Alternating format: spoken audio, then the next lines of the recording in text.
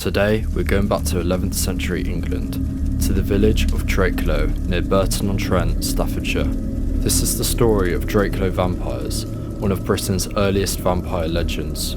The story takes place in the late Anglo-Saxon, early Norman period, around 1090. Between 1118 and 1135, Burton Abbey was under the guidance of Geoffrey of Burton, who wrote Life and Miracles of St. Modwyn.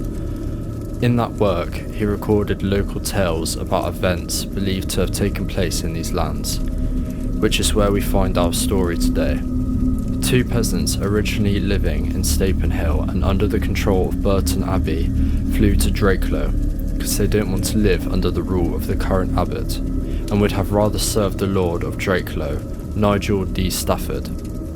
They took with them some of the crops they had grown and stored in their barn, essentially betraying their duties.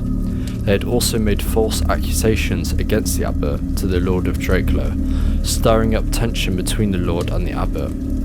The abbot ordered the crops to be returned and the two men to be punished for abandoning their duties and for spreading lies, creating unnecessary conflict between neighbouring villages.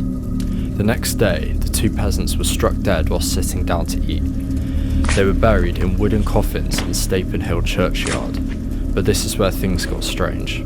That evening, riding out towards Drakelow, the dead men, carrying their own coffins on their backs, walked through the village at dusk and into the night. They appeared each night knocking on villagers' houses, shouting, "Come with us, follow on, and move," urging people to join them. And if these undead men called your name, you would fall seriously ill, and some would even die.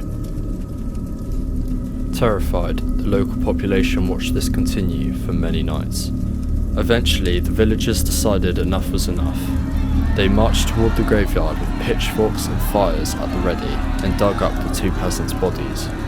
When they finally dug them up and opened the coffins, they found the linen wrapping around them that they were buried in was stained with fresh blood, and the faces of the buried peasants showed no signs of decay. Upon seeing this, the villagers decided the only way to stop the hauntings was to decapitate the corpses, placing the head between the knees in the coffin.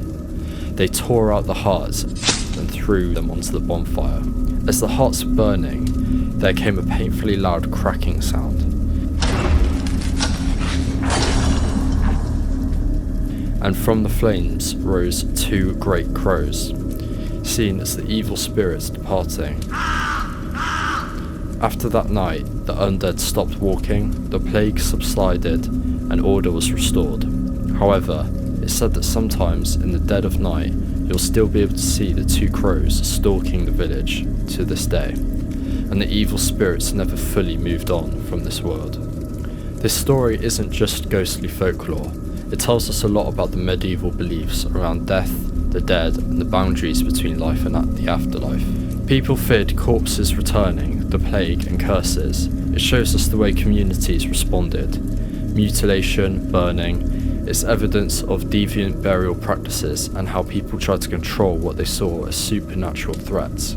Geoffrey of Burton's source material came from oral traditions and local beliefs.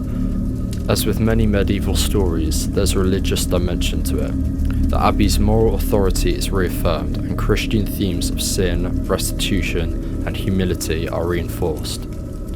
This tale would have also demonstrated at the time why you shouldn't go against the authority of the church. The term vampire is not used in the original medieval texts. That label has been applied later by scholars and popular accounts. In the original texts, they were described as revenants, corpses that move, haunt, cause disease, terrifying the living. So why does the Drakelow Burton-on-Trent vampire story endure? Because it weaves together things that people fear: death unresolved, wrongs unaccounted for, the supernatural breaking into the everyday.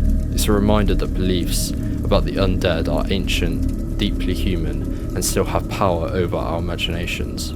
It also shows how local folklore shapes identity. Villages, abbeys, saints, and landscapes all become part of the legend. Burton Abbey, Stapenhill Churchyard, Drakelow, they're not just places on a map, they're monuments to how people saw the past, and how the past can return.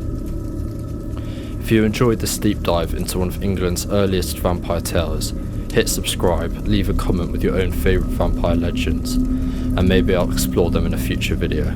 Thanks for watching, stay curious, and perhaps don't walk out alone at night near Drakelow.